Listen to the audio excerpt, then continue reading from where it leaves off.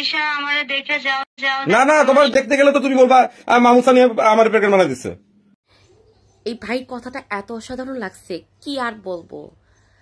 মানে তুই কি খাস? তোরে তো ইয়া কেন, তোর এত ইয়া কেন যে তুই সবার জায়গায় যায় মুখতে, তুই সবাইকে বিলায় দেস, দেওয়ার পরে তুই বলস আমাকে র্যাপ করছে, আমাকে এই করছে ওই করছে, আমাকে টাকা দেয়নি, আমাকে পিকনিক করে দিছে। তোকে সবাই পিকনিক করে দেয়, তো তুই রাস্তাঘাট সারাদিন শুয়ে থাকবি, তোকে খালি সবাই পিকনিক করে দিবে। তোর যদি এতই পিকনিক হওয়ার ইচ্ছা, এই কথাটা আরো বেশি জুস লাগছে। তুই যে থালায় খাস সেই থালায় বতস।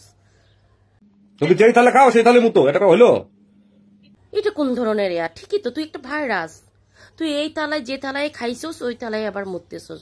তুই পেমেন্ট পাস নাই বা কি দেয় নাই তোকে, এই লোক যদি না দিয়ে থাকে তুই সেটা তোরা কর। তুই পাবলিক প্লেসে এত কাহিনী করছিস, তুই আগে সিস্টেমে কর, সবার সাথে যা বস, কথা বল।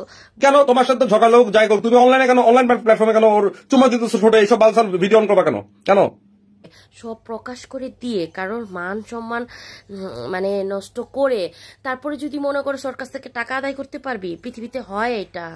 পেমেন্টটাও যাই করো করো, ওগুলো আলাদা, কিন্তু তুমি কেন প্রেগনেন্সি ইস্যুটা আনতেছিলে কেন?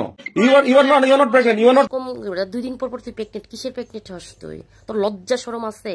তোর ছোট্ট একটা বাচ্চা আছে, কত সুন্দর বাচ্চাটা রেখে, আর ওই মায়া 2 দিন পরে এই মেয়েটাকেও তুই আরেকজনের কাছে শোয়াবি।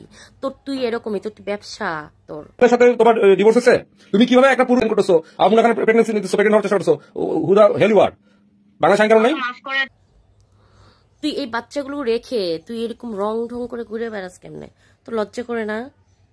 তুই কেমন মেয়ে? তুই সমাজে, আমাদের সমাজে মেয়ে নামে কলঙ্ক, বেহায়া কোথাকার।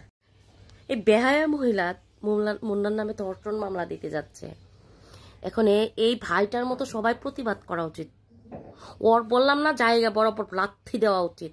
লাথি দিবেন, দেখবেন সব ঠিক হয়ে গেছে। তুমি কিভাবে প্রেগনেন্ট হও? তুমি রাসেলের সাথে তোমার ডিভোর্স হয়েছে, তুমি কিভাবে একটা পুরুষ তোমার প্রলোভন দিলে প্রলোভিত হবা কেন? ওনার কাছে যাবি, ওর বউ পোলাপান আছে ঠিকই, তো তুই দেখে জেনে বুঝে তারপরে এরকম কাহিনী করতেছিস কেন? তুই তো ইচ্ছা করেই গেছিস, তুইও করছিস, ওইও এনজয় করছিস, সবই করছিস করে, এখন তুই এরকম ধর্ষণ মামলা দাবি করতেছিস। তোর এত টাকা কোত্থেকে আসছে? তুই টাকা কোথায় পাস?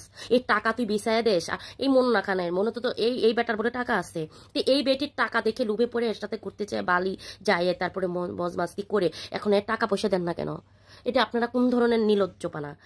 যখন তো জানেনি যে এরকম, আর যখন ভিডিওগুলো করছে আপনি তো করতে দিচ্ছেন, এখন ওগুলি প্রকাশ করবে কারণ ওর নিশ্চয় সাথে আপনি টাকা পয়সা দিচ্ছেন না, সেজন্য প্রকাশ করে দিচ্ছে।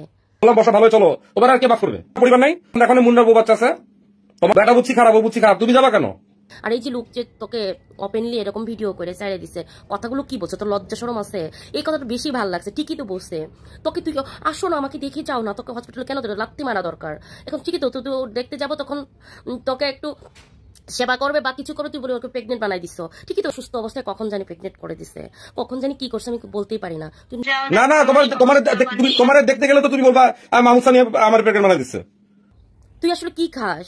তোর এত কেন চুলকানি কেন? সবাইকে দেখে তোর চুলকানি উঠে আর সবাই তোকে খাইতে চায়।